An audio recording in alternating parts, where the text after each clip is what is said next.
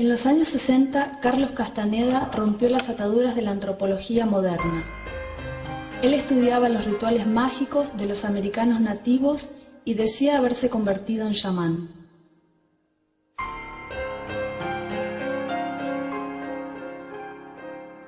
Siendo adorado como el abuelo de una nueva era, Castaneda inspiró a una generación a salir en busca de iluminación espiritual, drogas y una realidad alternativa. Cambió su vida y cambió la vida de miles, si no millones de personas de este planeta.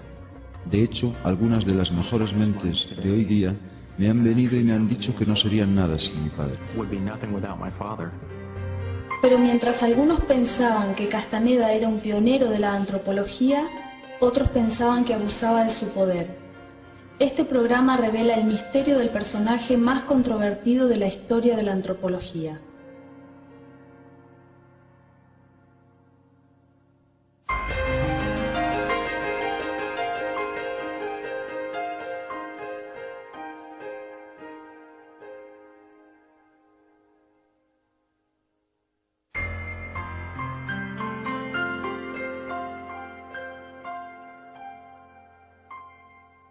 Death Valley, California, uno de los lugares más calientes y secos en la Tierra. Pocas criaturas pueden sobrevivir aquí.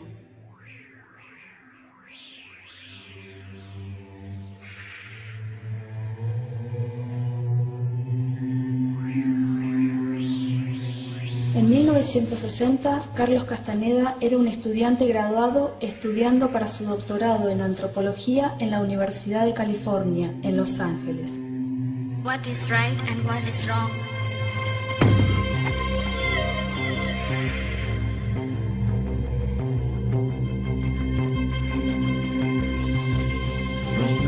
Me encontré con Carlos por primera vez en la Universidad de Los Ángeles. Y era sencillamente un tipo muy agradable con el que daba gusto estar.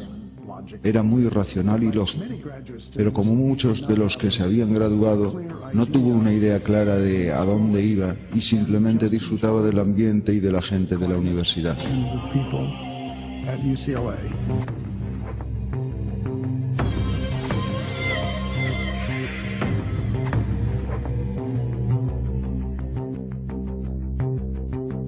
Pero en mayo de 1960, Castaneda fue enviado al trabajo de campo para estudiar la cultura de los nativos americanos. Tenía una asignatura en antropología donde el profesor le dijo que quería algo real y no algo que hubiera leído en un libro y luego copiado. Él les prometió ponerles un 10 si encontraban un indio de verdad y le entrevistaban.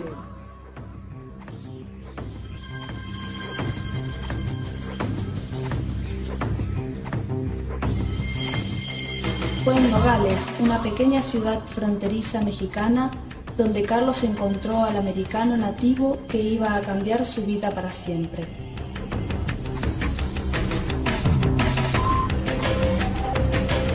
Don Juan Matus fue chamán de una tribu mexicana llamada los Yaqui, que vivía retirado. Carlos había recibido la información de que don Juan poseía una gran sabiduría y sería el objeto perfecto para sus estudios. Pero no fue un encuentro fácil.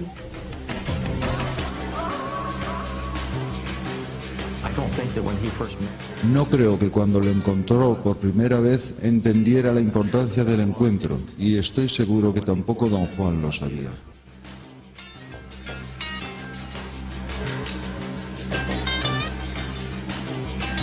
Parecía haber visto a través de mí y mientras yo seguía chapurreando, él me miró y movía la cabeza lentamente, pero no dijo nada.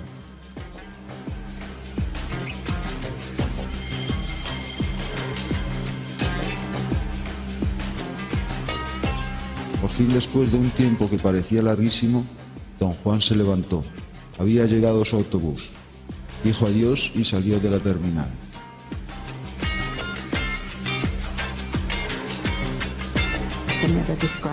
Castaneda describe que se encontraba muy conmovido y se enfadó de alguna manera.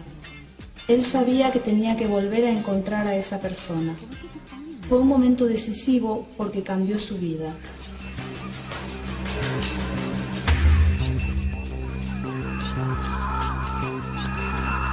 los años 60, el chamanismo había sido identificado por muchos antropólogos como una pieza clave de muchas sociedades tribales en todo el mundo. Un cruce entre médico, médium y sacerdote. El chamán se pensaba que sabía contactar con el mundo de los espíritus para conseguir curación, guía y sabiduría. El chamanismo está basado en el mundo de los espíritus. Los espíritus facilitan entrenamiento. Ellos dan información, dan habilidades. Ellos pueden ser como un sistema de alarma avanzado. Los espíritus vienen y revelan las cosas que están pasando. Mientras el chamán estaba siendo reverenciado por los miembros de la tribu, los académicos del tiempo sabían poco acerca de sus prácticas. Los antropólogos consideraban poco el efecto real de sus rituales.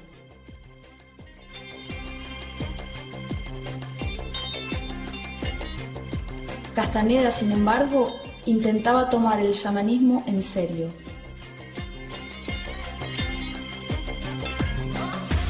Conseguí averiguar dónde vivía don Juan y le visité varias veces. Cuando llegaba a su casa me sentía aprensivo y nervioso, pero encontré que su trato era muy reconfortante.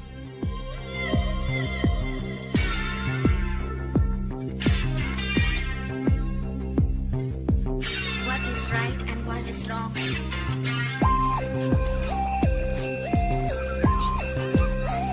Fue entonces cuando empezó el viaje de Castaneda al mundo oculto del chamán yaqui.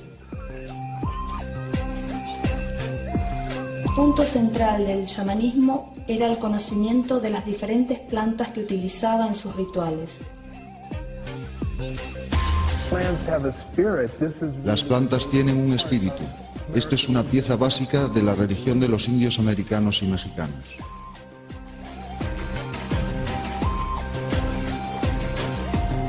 En el transcurso de muchos encuentros, Castaneda consiguió convencer a don Juan para que le enseñase acerca del peyote, un cactus alucinógeno usado por los chamanes en México.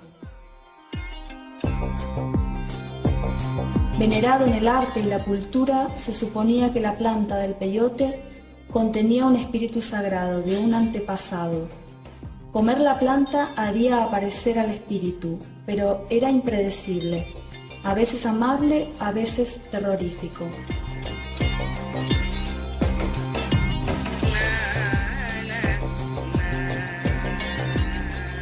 Castaneda esperaba solo observar y tomar apuntes, pero don Juan explicó que para entender el chamanismo plenamente tenía que tomar el peyote él mismo.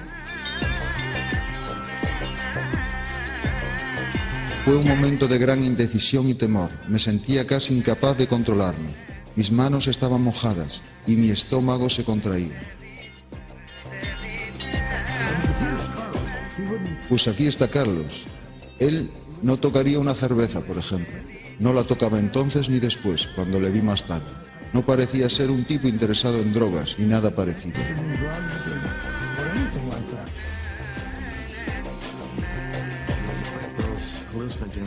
Él tenía miedo. Estos alucinógenos no eran algo que él hubiera hecho con anterioridad en su vida. Así que simplemente estaba muerto de miedo. Don Juan me apresuraba a masticarlo.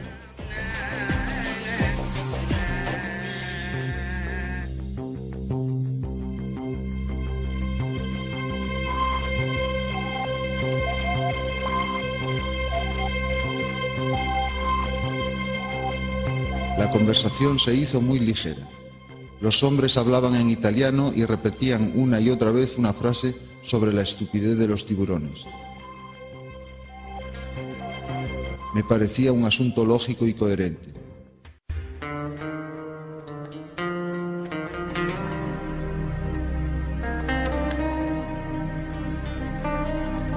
Todos los recuerdos volvieron a mí de pronto, y de pronto todo estaba claro en mi mente.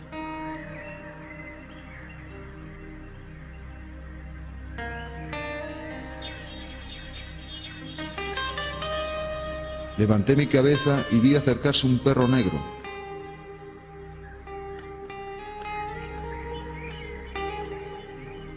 El perro se volvió iridiscente. Una luz intensa irradiaba de su cuerpo.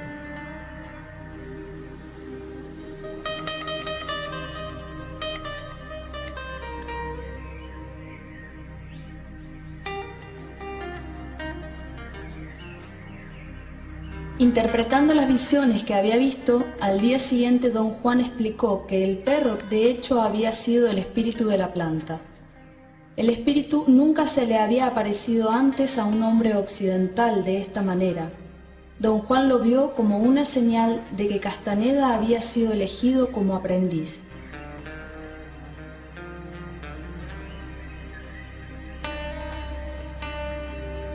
Castaneda aceptó el reto y al hacer esto llevó la investigación antropológica a un extremo completamente nuevo.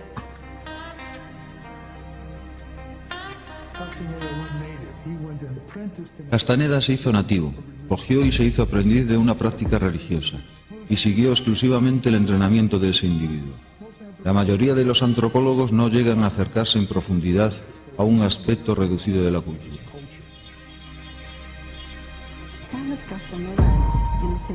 Carlos Castaneda, en esencia, creó una transgresión académica por romper las barreras entre el observador y el participante. En las ciencias sociales se suponía que no debía hacer esto. Debía simplemente observar, ser testigo, escribir sobre algo y luego irse. Castaneda dedicó los próximos 4 años de su vida a su aprendizaje con don Juan, pero su vida personal sufría como resultado. Me dijo que había encontrado a un hombre que era un hechicero, don Juan, y me dijo que pasaría mucho tiempo con él y me dejó cuando volvió. Él sencillamente no era el mismo de antes.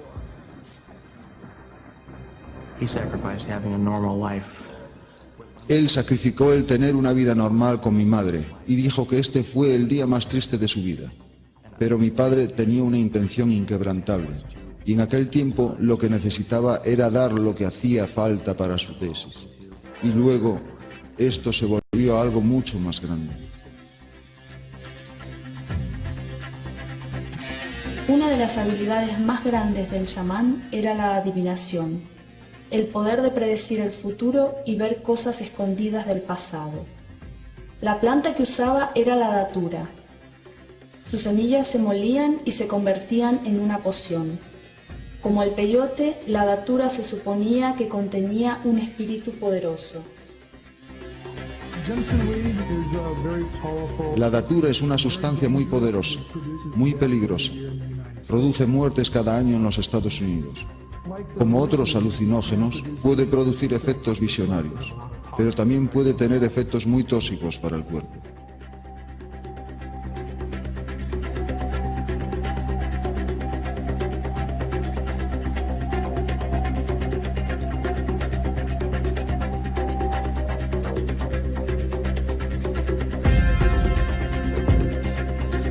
Castaneda declaró que en su trance vio que un amigo suyo estaba al borde de un colapso mental.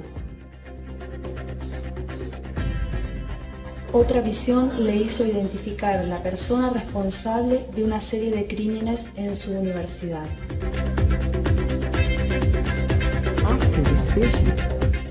Después de estas visiones, esta persona fue detenida en la biblioteca de la Universidad de Los Ángeles y mandada a la cárcel.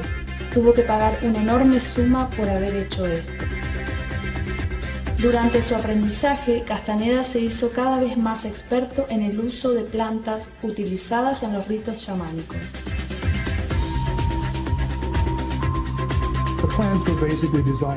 Las plantas estaban básicamente diseñadas para romper sus defensas y su visión del mundo, parar su descripción de la realidad para percibir el mundo de una forma distinta. Bajo la influencia de los hongos alucinógenos, Castaneda hasta llegó a la convicción de que podía volar. El momento me arrastró y desde ahí lo vi. Vi la masa oscura de las montañas. Mi velocidad era extraordinaria. Disfruté de una libertad y ligereza que... Él dijo que una vez se había convertido en un cuervo. ¿Leyó usted eso? Y siempre cuando veo pasar un cuervo, le hablo y le llamo Carlos.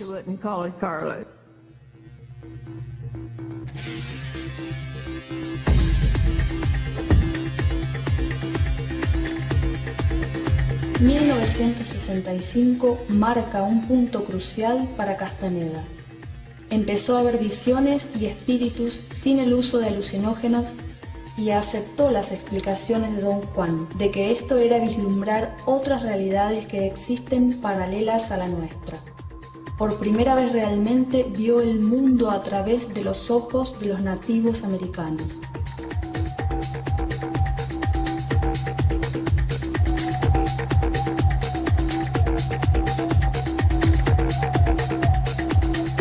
Pero el aprendizaje de 4 años empezó a hacer mella en él. Castaneda se volvió cada vez más desorientado, ya que la línea entre una realidad y la otra se hizo borrosa. Empezó a temer que estaba perdiendo la razón.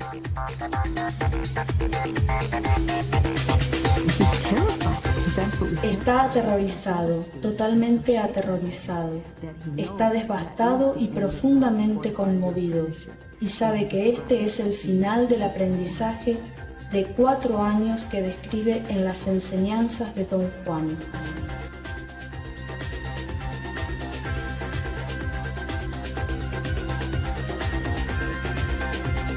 Para salvar su cordura, Castaneda vuelve a California y pone manos a la obra para escribir su tesis. En este momento no tuvo ni idea de su potencial.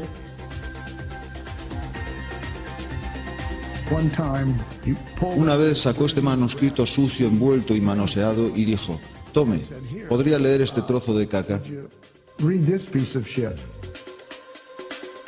Pero entonces la tesis de Carlos Castaneda fue aceptada por la imprenta de la Universidad de California y publicada en 1968. Me asombré mucho, no pensé que Carlos conseguiría publicar ese libro. Y a partir de ahí no hay límite para lo que pasó. There was no limit to what happened.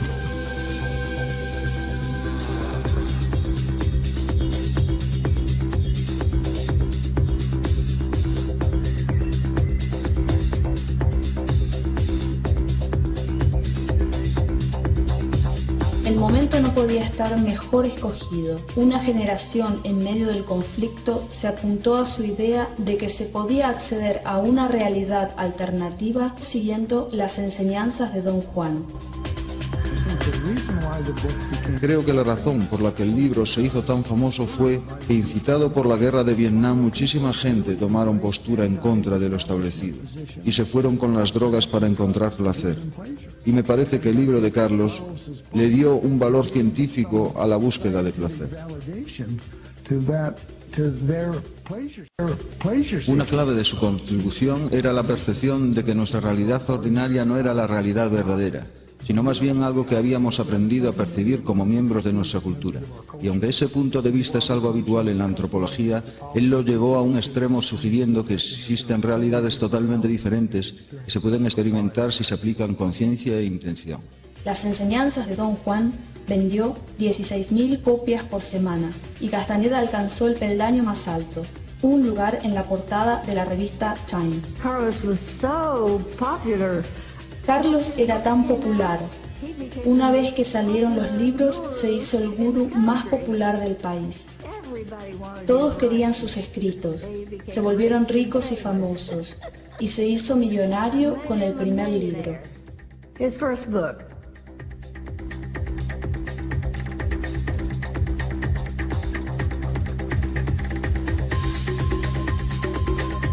Entonces, en la cima de su popularidad, Castaneda hizo un anuncio.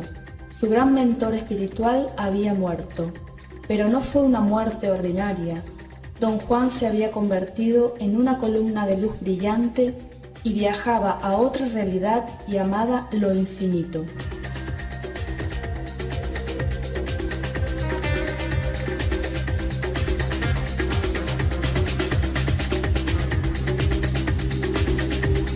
Castaneda ahora abandonó la antropología académica.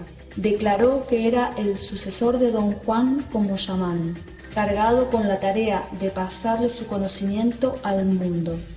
Carlos Castaneda becomes Carlos Castaneda se convierte en un ser como Don Juan.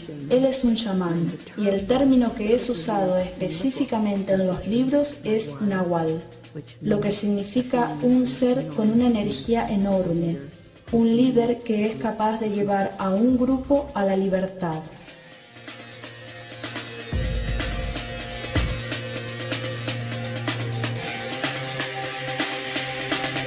Asentándose en Los Ángeles, Castaneda, en su nuevo papel de gurú espiritual, atrajo grandes cantidades de seguidores. Le ofreció a la audiencia americana un camino legal y libre de drogas hacia la iluminación que había aprendido de Don Juan. En el México antiguo, un linaje de hombres y mujeres videntes se embarcaron en un viaje épico con la intención de expandir las ataduras de la percepción humana. Estos movimientos soñados fueron enseñados a Carlos Castaneda por Don Juan, el indio yaqui de Sonora, México. Centro de sus enseñanzas era la tensegridad, en parte arte marcial, en otra clase de ejercicio, en otra práctica religiosa.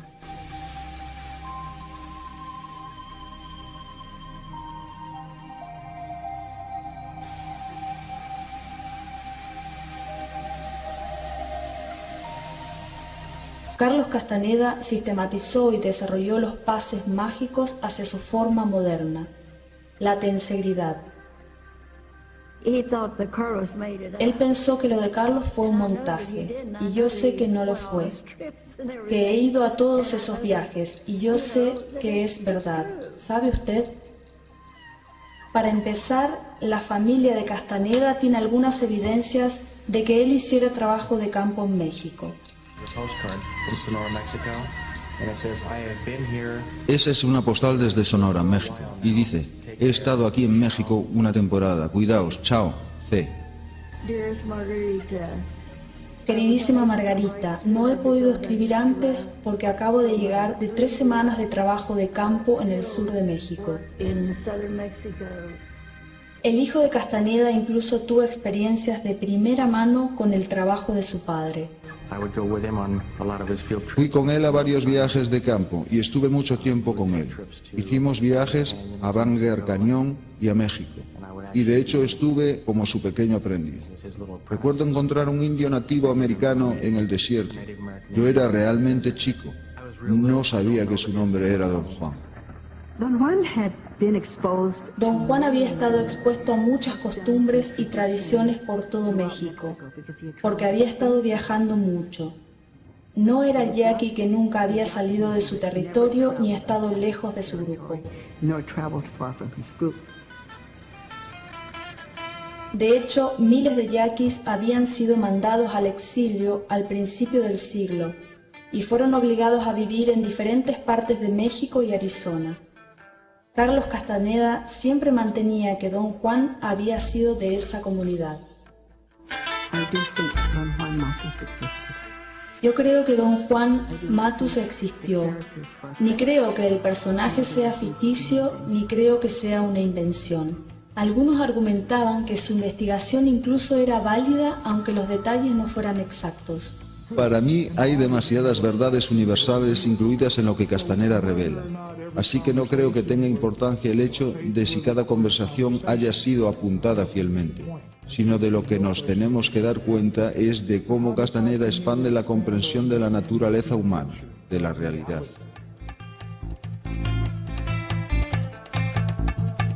Ahora, con 70 años, Castaneda dice vivir una vida solitaria y célibe, pero pronto se aclaró que esto estaba lejos de la verdad. 2 de sus discípulos más cercanos, Florinda Donner y Taisha Velar, compartían su casa y una tercera lo visitaba regularmente. Esas mujeres siempre estaban al lado de Castaneda y sus seguidores las conocían como las brujas.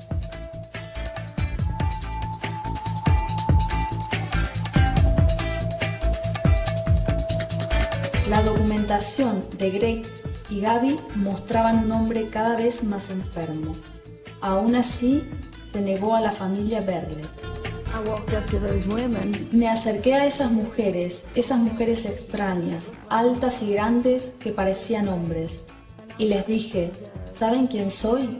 Y ellas me dijeron, sí, lo sabemos, eres Margaret. Y les dije, yo quiero ver a Carlos. Y ellas dijeron, lo sentimos, pero no le puede ver. Y yo les dije, apuesto que él me va a recibir. Me quedo aquí y no me voy hasta que no le haya visto y hablado con él. Y finalmente vino y yo estaba tan feliz de verle y le dije, Carlos, he comprado 2 libros y quiero que me los firmes. Y él dijo, estoy muy mal y mis manos están demasiado cansadas. No puedo escribir en absoluto. Estuvo ahí y me miró un largo rato y cuando se fue me tiró besos andando hacia atrás. Y esa fue la última vez que le vi. He threw me kisses and walked backwards. That's the last time I ever saw him. The last time that I actually saw him La última vez que le vi vivo, me hizo apuntar mi número de teléfono. Lo cogió y lo puso en su bolso. Esa fue la última vez que vi vivo a mi padre. saw my father alive. Todos los que conozco que realmente tengan algo que ver con chamanes andan cerca de la muerte.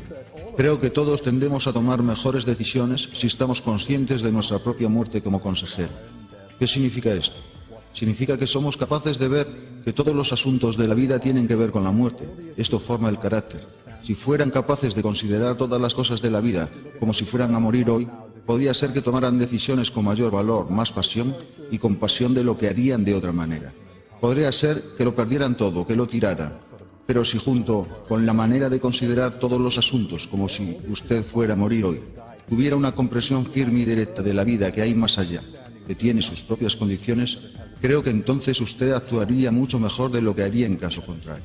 Yo sé que hay una gran diferencia en la forma de tratar el mundo entre los que tienen una experiencia clara y personal de la vida más allá de la muerte y los que no la tienen.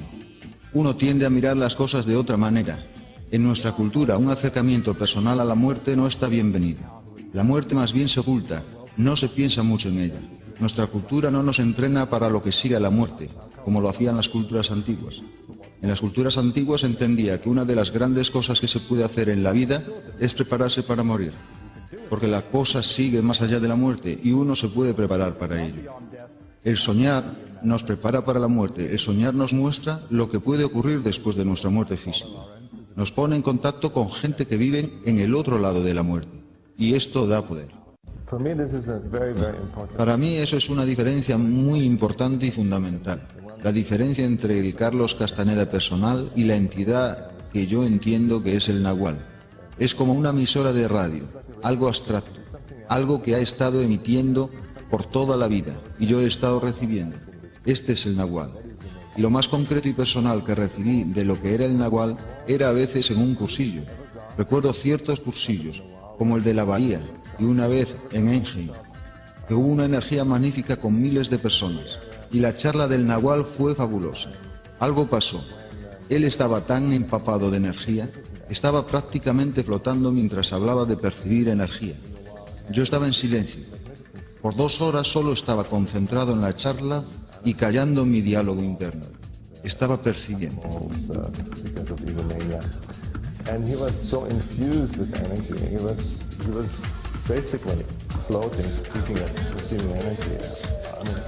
Y entonces se bajó esa persona del escenario, radiante, como no sé qué, nunca vi nada parecido.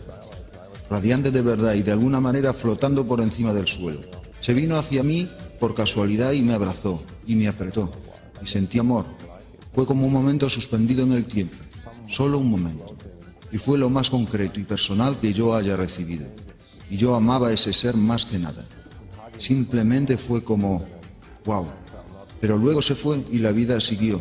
Y en otro momento me encontré con esa misma entidad hablando necedades en su propia casa, donde fui invitado a una fiesta y me pareció desagradable. Pero eso, en el mejor de los casos, era Carlos Castaneda, y yo no era capaz de percibir otra cosa.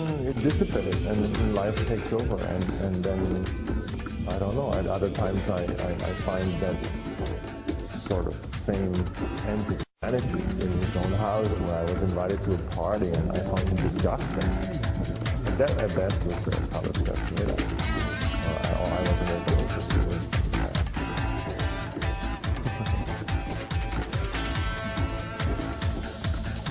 I doubt, without having the full evidence, because I don't know that. Yo dudo, y no creo que alguien lo pueda saber con certeza, que exista un Don Juan Matus literal y físico. De todas formas, no creo que sea ficticio en el sentido de irreal, porque hay un poder en este carácter que ha formado su propia realidad, que no es literal ni física, pero perfectamente real. Tiene efectos en el mundo, la gente vive por esa realidad, guían su comportamiento por el encuentro con ese ser ficticio, Don Juan. Si esto es ficción y no un hecho, él creó una realidad y puede ser un camino espiritual. Esto sugiere una enseñanza resultante que para mí es muy importante, que es el poder y la realidad de la imaginación. Quiero decir, ¿qué es lo que creó estos escritos si no son hechos? ¿Y qué es lo que creó las realidades en las mentes de todos esos lectores, si no el poder de la imaginación?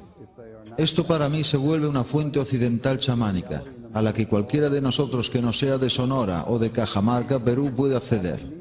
Así que me parece que Don Juan y Carlos, dentro y fuera de los libros, crean algo que da testimonio del poder de la imaginación como proceso, y nos da un producto de ese proceso, que son las historias del chamanismo, que nos han despertado hacia esa fuente del legado espiritual del planeta.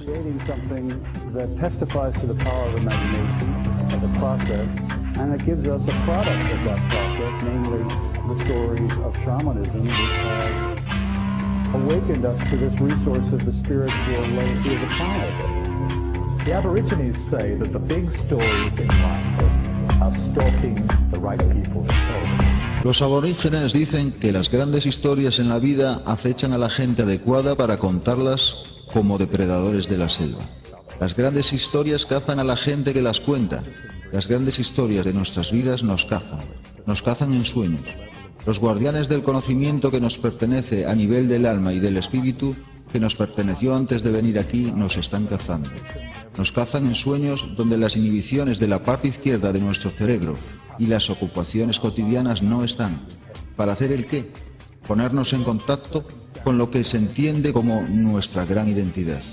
Los acontecimientos y circunstancias en nuestra vida cotidiana tienen su origen y sentido en un orden más profundo de realidad. Los chamanes tradicionales, por ejemplo, dicen que nada en la vida cotidiana ocurre hasta que no se sueña. De la misma manera vemos el futuro en los sueños que creamos o tenemos parte en crear, en los sueños para nosotros mismos y quizás para el planeta entero. Yo creo que esto es así, y creo que si no estamos en contacto con ese proyecto de creación, estamos limitando nuestro mundo y nuestra experiencia del mundo de una manera espantosamente radical. Y digo espantosamente radical porque si no estamos en contacto con esa experiencia más profunda, sentir, somos capaces de hacernos cosas a nosotros mismos, a nuestro alrededor y unos a otros que no seríamos capaces de hacer si estuviéramos en contacto con la naturaleza más profunda y el propósito de la vida. No podemos seguir destruyendo nuestro medio si estamos en contacto con ese nivel más profundo. Si sabemos que el mundo sueña, compartimos el sueño del mundo. Si sabemos que los árboles sueñan, compartimos los sueños de los árboles. Si sabemos que los animales sueñan, compartimos los sueños de los animales, como lo hacen todos los chamanes, por ejemplo. Lo podemos percibir en la vida cotidiana. Y no podemos hacer a nuestro karma lo que le estamos haciendo. Si sabemos que en los sueños podemos compartir las vidas de otra gente, saber cómo es vivir sus vidas, saber cómo es andar con sus zapatos, no podemos hacerles daño e incluso ser indiferentes para con ellos como lo hacemos de otra manera.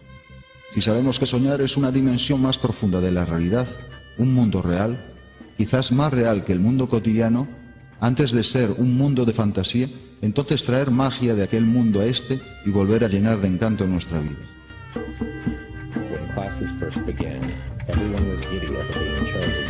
Cuando empezaron las clases todos estaban ansiosos de ser elegidos para formar parte del grupo secreto de Castaneda para luchar por conseguir la percepción abstracta. Pero el círculo interior de Castaneda era como una cebolla. Había muchos niveles que traspasar antes de llegar a su centro, y como todos yo estaba deseando ser llevado más adentro. Así que me esforcé para llegar hacia adelante en la sala, para que él pudiera darse cuenta de mí. Funcionó, y parecía tenerme simpatía. Pero mientras pasaba el tiempo aumentó la diferencia entre vivir el camino solo o bajo el mandato de su líder. Un día, en un evento en el que Castaneda leía en público, yo no quería que sintiera mi duda, así que me quedé atrás en la sala para esquivar la fuerza de percepción de Castaneda. Al día siguiente, recibí una llamada de uno de sus protegidos preguntando por qué no había acudido a clase. Le dije que quería poner a prueba mi ego y darle a otro la oportunidad en la primera fila, y conté lo acontecido para demostrar que había estado presente. Satisfecho, el protegido colgó, y yo suspiré aliviado. Me había salvado. Minutos más tarde llamó de nuevo, con instrucciones explícitas de que Castaneda preferiría que yo estuviera delante en la sala. De nuevo estaba en el lío, y a solas conmigo, con el desapego del herrero. Castaneda me había enseñado bien.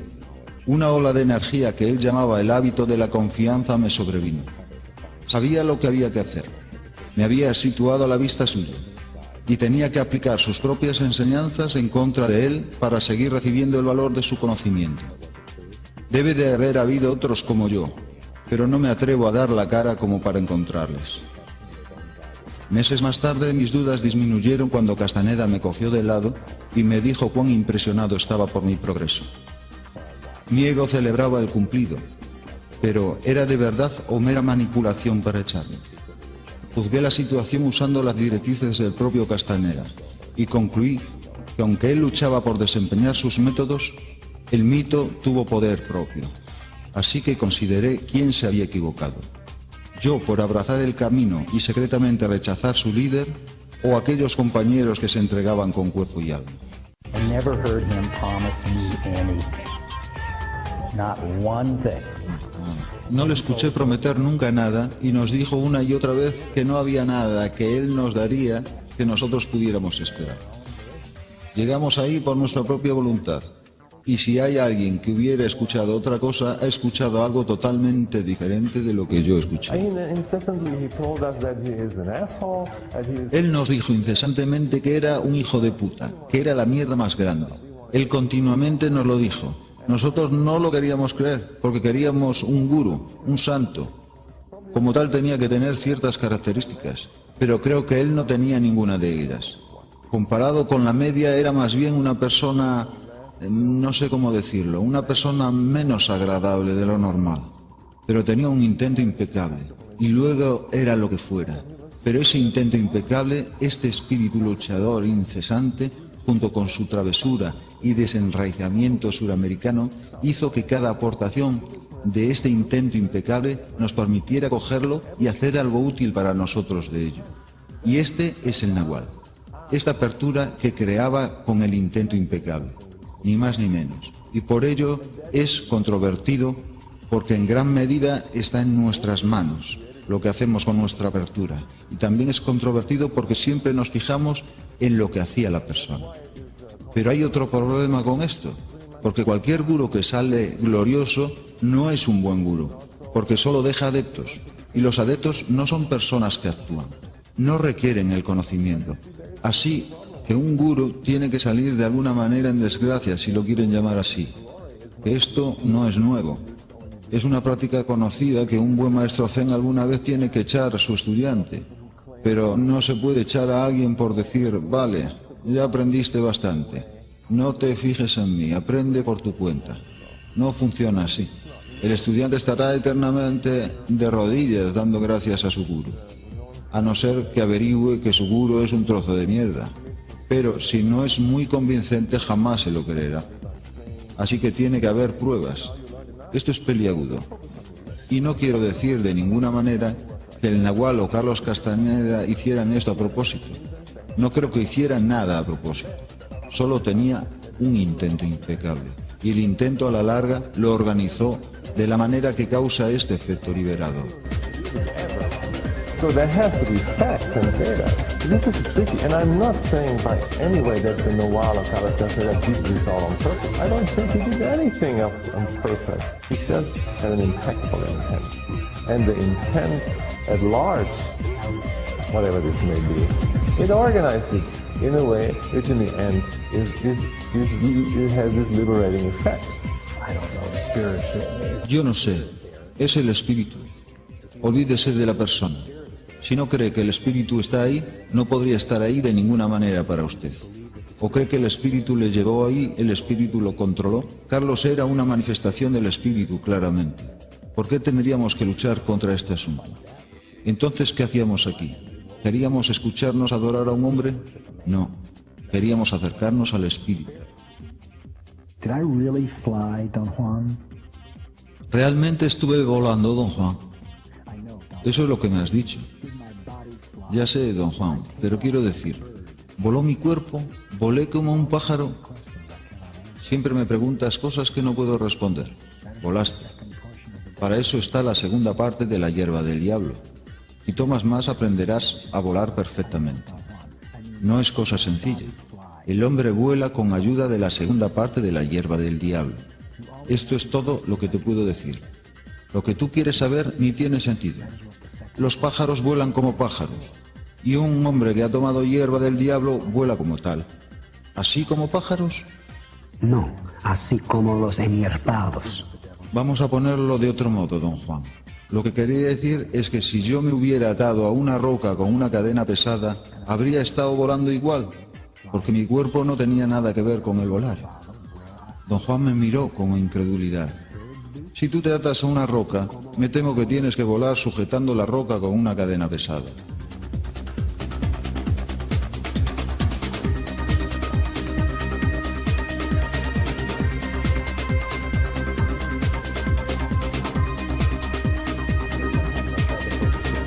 Algunas veces me encontré intentando escuchar todo lo nuevo que él estaba diciendo, y entonces me daba cuenta que sus labios se estaban moviendo.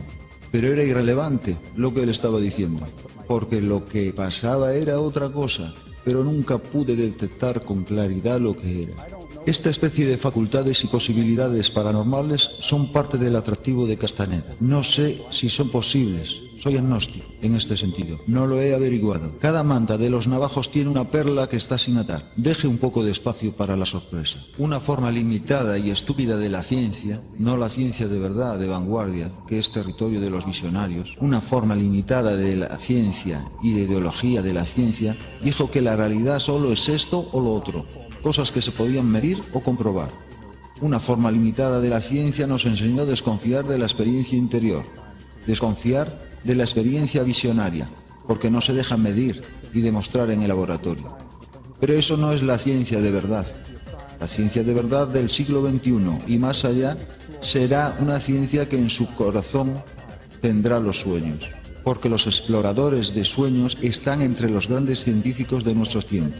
Nosotros podemos acceder directamente a la realidad no ordinaria y podemos probar aquello acerca de lo que los especuladores de la física cuántica y de universos paralelos solo hablan. Nosotros podemos ir ahí, podemos conocer de primera mano cosas sobre universos paralelos o de cómo los vapores de la conciencia en el corazón de los átomos producen nuestro mundo material. Así que la nueva ciencia será una ciencia que tiene el soñar en su centro. Como todos los grandes científicos tenían visiones y sueños. Las teorías de Einstein venían directamente de los sueños. Los científicos de la nueva era serán soñadores. El debate sobre la autenticidad de las enseñanzas de Castaneda es más intenso hoy día que cuando el movimiento estaba en su cima. Para alguien de fuera la polémica puede ser reducida a una simple pregunta. ¿Por qué? Para Carlos esta era una revolución de la conciencia y la meta era la liberación final de la ideología dogmática que nos encarcela en la vida y en la muerte. El campo de entrenamiento de esta libertad última empezaba con la ejecución militante de las prácticas de las cuales Carlos alegaba que redirigirían la energía personal y harían posible la mortalidad consciente. La recapitulación era una técnica que servía para revivir y liberar todas las interacciones personales desde el nacimiento. El silencio interior era la quietud de la mente que haría posible la percepción abstracta. El camino del guerrero era nuestro propio código ético, fuera de las normas aceptadas socialmente. Y el movimiento físico conocido por tensegridad redistribuía la energía personal, preparaba para el último paso de la muerte llamado quemarse en el fuego interior. La combinación de esas técnicas se suponía que canalizaba energías vitales para la supervivencia de la humanidad en un mundo rebajado por la domesticación. La combinación de esas técnicas se suponía que canalizaba energías vitales para la supervivencia de la humanidad en un mundo rebajado por la domesticación. Sea esto verdad o no, la fe intensa de Castaneda en estos conceptos hacía la vida en su mundo muy atractivo, pero él advertía que era un mundo que nuestro ego combatiría a muerte. Castaneda comparó el ego con un mono cazado. En la jungla los cazadores cazan a los monos con una trampa sencilla, un tarro lleno de nueces. La apertura del tarro es del ancho justo para que el mono pueda introducir la mano y coger las nueces, pero cuando intenta sacar el puño lleno de nueces se queda atrapado en la boca estrecha del tarro. Si soltara las nueces podría escaparse, pero no lo hace.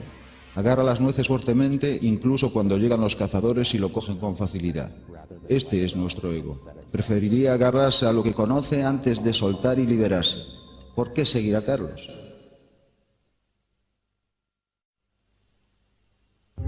Inner silence is the hardest thing to attain. El silencio interno es la cosa más difícil de obtener.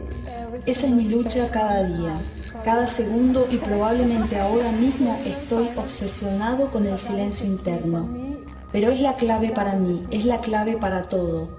Cuando se controla lo que hay en la cabeza, se puede decir cállate. Y cuando esa cosa se calla, entonces se puede hablar de negocio. Then you can talk about business, you know. Durante años intenté vivir según sus enseñanzas. Dije, obviamente no lo he hecho bien. ¿Cómo lo puedo hacer mejor? Piensas y hablas demasiado. Tienes que dejar de hablar contigo mismo. ¿Qué quiere decir? Hablas demasiado contigo mismo. No eres único en esto, todos nosotros lo hacemos. Seguimos nuestra charla interna. De hecho, mantenemos nuestro mundo con la charla interna. Y cuando hacemos esto, lo renovamos, le insuflamos vida, lo mantenemos con nuestra charla interna. Y no solo es esto, también elegimos nuestros caminos mientras hablamos con nosotros mismos. Así repetimos las mismas elecciones una y otra vez hasta el día de nuestra muerte, porque mantenemos la misma charla interna una y otra vez hasta el día de nuestra muerte. El guerrero es consciente de esto y se esfuerza por parar esa charla. It's just like life, and what is my position in front of life? Es como la vida. ¿Y cuál es mi posición frente a la vida? ¿Qué me está diciendo mi pequeña vocecita? De pronto dice que estás loco, no puedes hacer esto, olvídalo. Eso es lo que me está diciendo todo el rato y no soy capaz de decir, ¿qué estás diciendo? Yo hago una cosa, pero la voz está diciendo otra. Así que hay dos descripciones distintas de la misma cosa, pero esta soy yo. Por un lado mi diálogo y por el otro mi cuerpo. ¿Y cómo puedo juntar con mi cuerpo lo que dice mi pequeña voz loca? Quizás si conseguiría juntar estos dos polos, podría intentar cosas, porque mi cuerpo trabajaría armoniosamente con mi mente. Estaría al mando de mi cuerpo y de mi mente, sería la unidad. In control of my body and in control of my mind. It's going to be unity. De todos los seguidores de Castaneda, uno era punto y aparte, como una muestra viviente de sus enseñanzas. La presentación en público de la persona del guerrero fue tan intensa que ella se volvió el icono de miles de sus seguidores. Esa mujer era Kairi Lundag. Yo amaba a Kairi.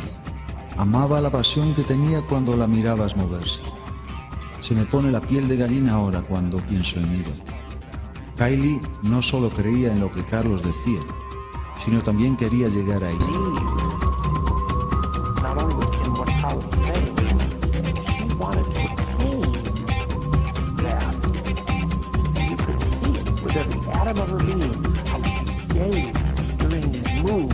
Y uno podía ver cómo con cada átomo de su ser ella daba todo, cuando se movía y cómo enfocaba su atención. Yo creo que ella realmente le amaba. Uno lo podía ver. Algunas veces, cuando se le veía cómo iba por el coche, cómo iba a recogerle, uno lo podía ver. Creo que eran como dos cosas, que ella sentía amor en un nivel personal por ese hombre. Pero al mismo tiempo había respeto, porque ese era el hombre que la salvaba a ella, que daba la vuelta a su vida. Al que ella seguía, ella se estaba haciendo luz, Había como dos partes en ella.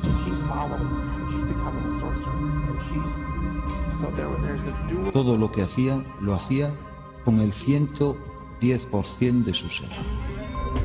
Everything she did with 110% of her being.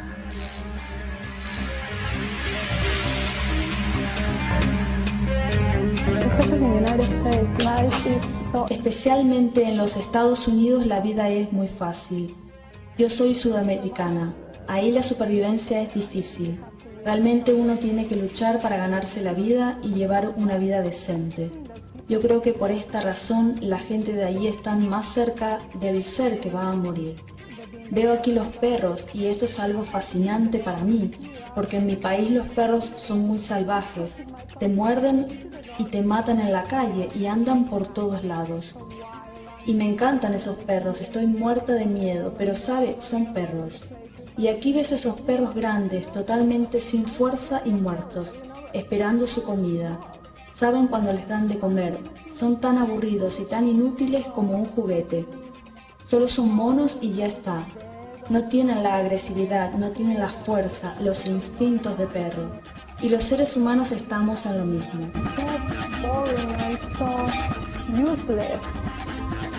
Like a toy. They just look cute and that's it. But they don't have the aggressiveness, they don't have the power, they don't have the dog instinct. And as human beings, we are into the same boat. If I listen to people, I don't need to mention. Yo algunas veces hablo con gente, tampoco encuentro mucha, pero algunas veces se encuentra uno con alguien que con ojos brillantes habla de todo el amor que está en el universo. Solo hay amor y amor. Y ellos conectan. Lo veo algo dudoso. Parecen increíblemente mal guiados. Qué aburrido es esto.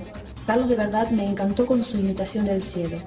Solía hacer un gran chiste sobre el paso del cielo, de lo lento que era. Me encantó. Él tenía algo mejor funcionando. Somos más bien piratas en lo infinito antes que idiotas jugando duro. Fue divertido, intenso, serio, lleno de significado. No era frívolo.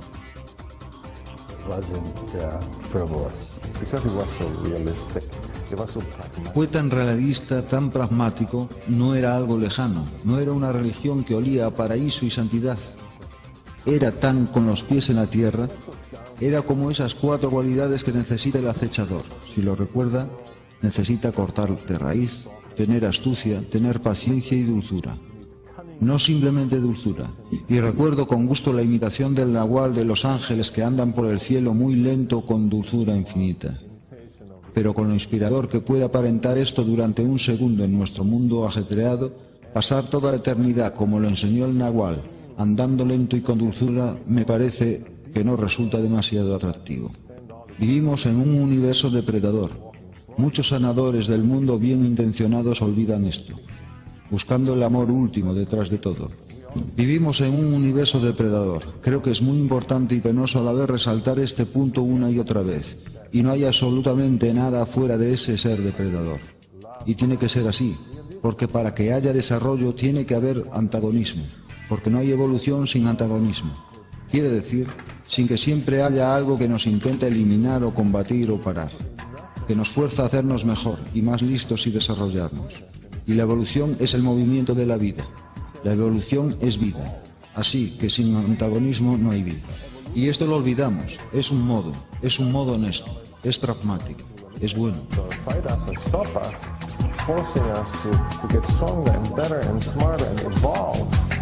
There is no evolution. Evolution is the very movement of life. Evolution is life. So without antagonism, there is no life.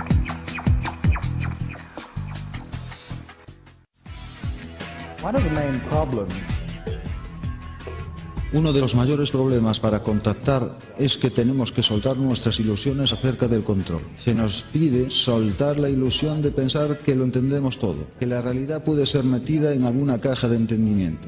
Y será así. Y tenemos que soltar la idea de que somos los maestros del universo conocido y aceptar el que estamos operando dentro de un universo más grande con el que estamos conectados. De hecho, somos seres multidimensionales, viviendo dentro de una realidad ordinaria, una existencia tridimensional. El soñar nos lleva al corazón y el epicentro de nuestra identidad multidimensional. Esto es terrorífico para aquellos de nosotros que viven primordialmente en el nivel del ego, en el nivel de la personalidad de todos los días, o lo peor de todo, en el nivel de lo que otra gente nos dicen que somos o podemos ser. Es terrorífico para el ser ordinario del estado cotidiano mental estar en la presencia de una realidad más grande que puede parecer que está arrollando la expectación y posibilidades de controlar las cosas. Así que para entrar en los sueños necesitamos encontrar una manera natural y sencilla de reabrirnos al hecho que hay mucho más acerca de nosotros de lo que entendemos con nuestra mente cotidiana. Este es el principio. I say it is useless to waste your life on one path, especially if that path has no heart. Yo digo que es inútil malgastar tu vida en un camino, especialmente si este camino no tiene corazón. Pero ¿cómo se sabe que un camino no tiene corazón, don Juan? Antes de embarcarte en él te preguntas, ¿tiene este camino corazón? Si la respuesta es no, lo sabrás, y entonces tienes que elegir otro camino. Pero ¿cómo puedo saber con seguridad de si un camino tiene corazón o no? Cualquiera puede saber de esto. El problema es que nadie hace la pregunta.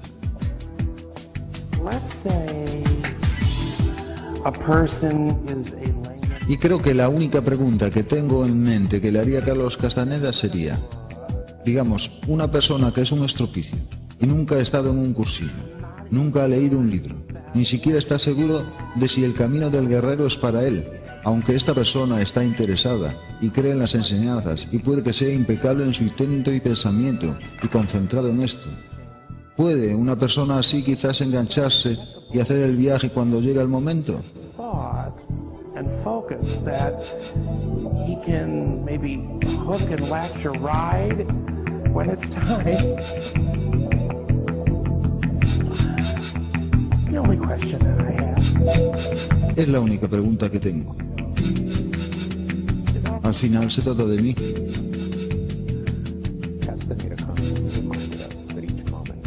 Castaneda continuamente nos repetía que cualquier momento podía ser el último, y las promesas de dejar este mundo con él continuamente se contradecían con afirmaciones de que este era un camino que cada uno andaba solo.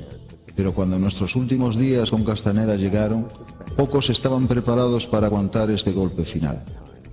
Las clases se suspendieron en el periodo anterior a la muerte de Castaneda, y durante este último tiempo escuchábamos noticias en voz baja de que tenía poca energía.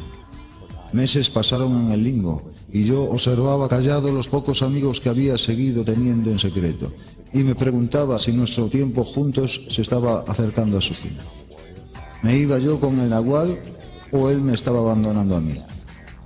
Para mí este es el punto donde la grieta entre el hombre y sus enseñanzas se hizo definitiva y clara.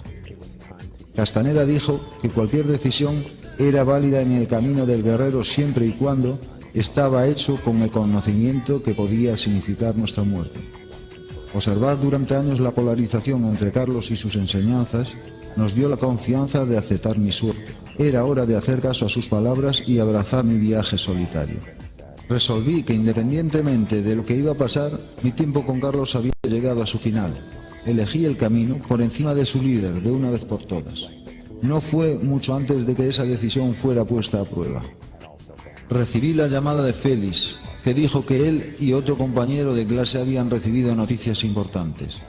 Félix hizo una pausa y entonces dijo, el Nagual se fue. Esperaba mi reacción y nos sorprendió a los dos cuando dije que la noticia no significaba nada para mí. Félix dijo que 2 de las brujas y 3 de las mujeres de rango más alto en el grupo de Castaneda también habían desaparecido. De golpe se derrumbó nuestro mundo de brujos y yo estaba contento de que mi decisión de romper con Castaneda había llegado a tiempo para suavizar el impacto. Félix tomó mi reacción como señal de que era tiempo de contárselo a los demás. Yo estaba de acuerdo, aunque sabía que iba a causar olas de choque en nuestro pequeño enclave de brujos, y además en una generación entera de lectores también. Estaba en la CNN.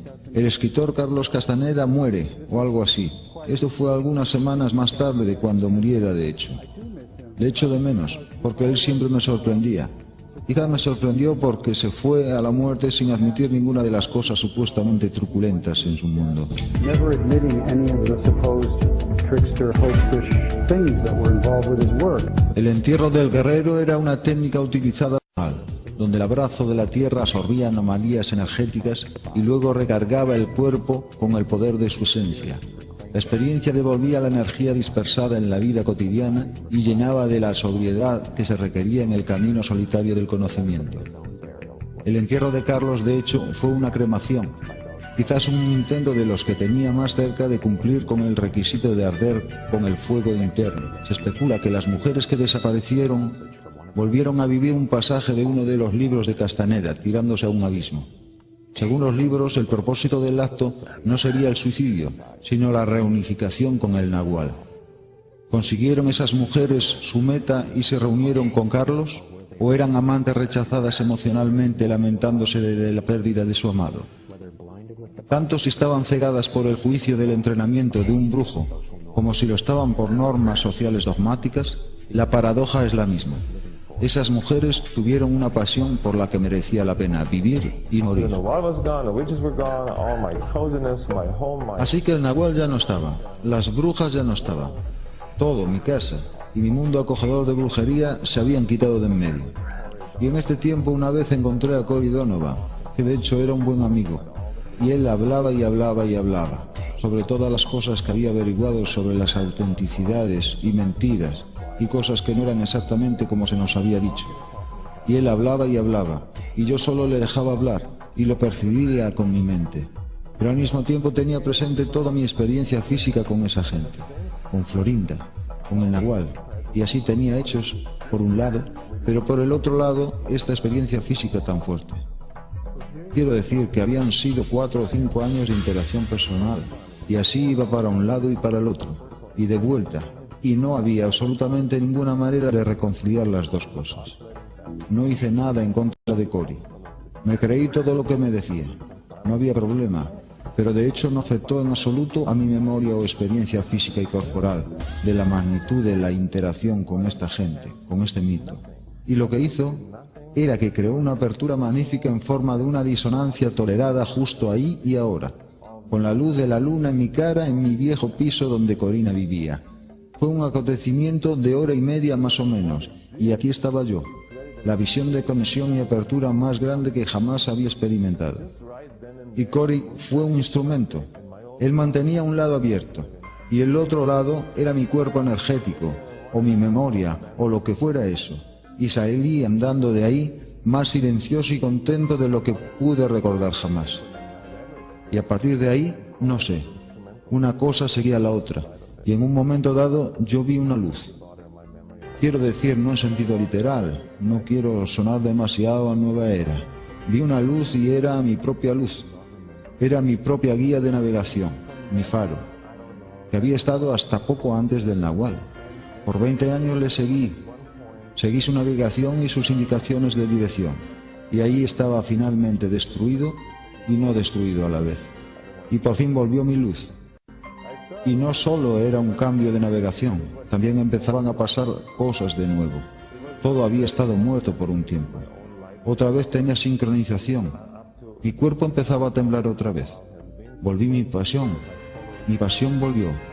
Y era una pasión sin meta. Y eso era nuevo. Y era todo lo que era nuevo. Y todavía todo es nuevo. Tengo una pasión ahora, que no está para nada en particular. Antes también tenía una pasión fuerte, pero tenía unas metas muy concretas, y pensaba que quería ser poderoso, quería ser un hechicero, quería tener muchas mujeres alrededor, quería tener el fuego interior. No quería ser tan estúpido como la gente corriente y morir. Yo no quería morir. Y era el egocentrismo al máximo, y es lo que alguna gente argumenta en contra del Nahual. Pero bueno, ¿cómo puedes motivar a nadie si no apelas a su egocentrismo? Y después quitan el suelo, como pasó, y entonces uno está flotando intentando cogerse de nuevo a su egocentrismo. Que uno había tenido razón, uno está lleno de rencor y odia al Nahual, y uno pone parche tras parche intentando ganar tiempo, y nada ocurre, o simplemente caes. didn't want to be so stupid like the average population and die. I didn't want to die. And this was the ultimate Romania. And that's what some people now hold against the Noir. Well, how do you motivate anybody except by pouring out egomania?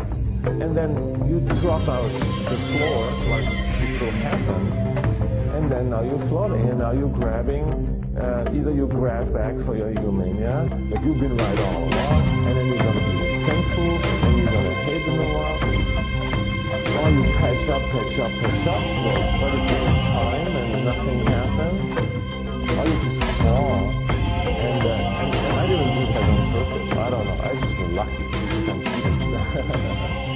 Yo no lo hice a propósito, solo tenía suerte porque soy feliz. Y caí, y no me importaba. Y de pronto vi una luz, y ahora tengo una pasión. No me importa morir, ni nada me interesa ya. No me interesa ser poderoso ni bello. Estoy muy contento con la mujer que comparte mi vida. No quiero nada, pero estoy lleno de pasión. Y si usted se pasa por nuestro café lo debería notar. Está todo en rojo y amarillo, y está tan lleno de pasión. Y es tan bello, y eso es por lo que estoy aquí ahora, porque estoy tan agradecido, porque sí, lo siento, sí, estoy tan agradecido.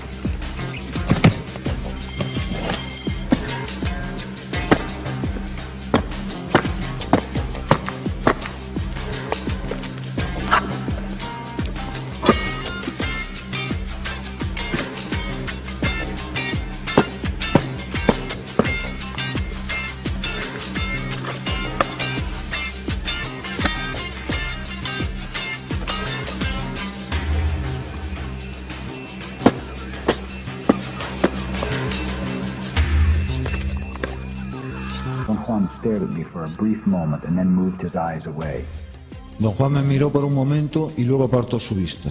Cuando un hombre se pone en el camino de la brujería se da cuenta poco a poco que la vida ordinaria se ha quedado atrás para siempre, que las razones del mundo ordinario ya no son importantes para él y que tiene que iniciar una nueva manera de vivir si sobrevive.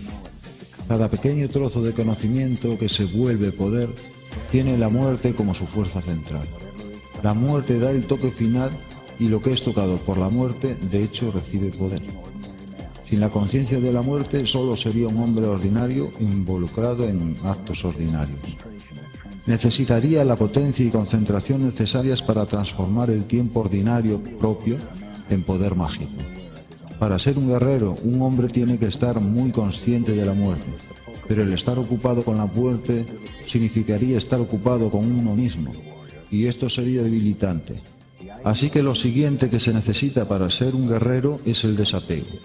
La idea de la muerte inminente, en lugar de volverse una obsesión, se vuelve una indiferencia. La sola idea de estar desapegado de todo me deja frío de miedo, dije. Estás bromeando. Lo que te debería congelar de miedo no es tener nada que te haga ilusión, sino vivir toda la vida haciendo lo que siempre has estado haciendo. Carlos solía llamarlo infinito al océano oscuro de la conciencia. Era el mar por el que todos navegábamos con nuestra conciencia hacia lo gran desconocido, con ningún otro propósito que explorar su misterio maravilloso.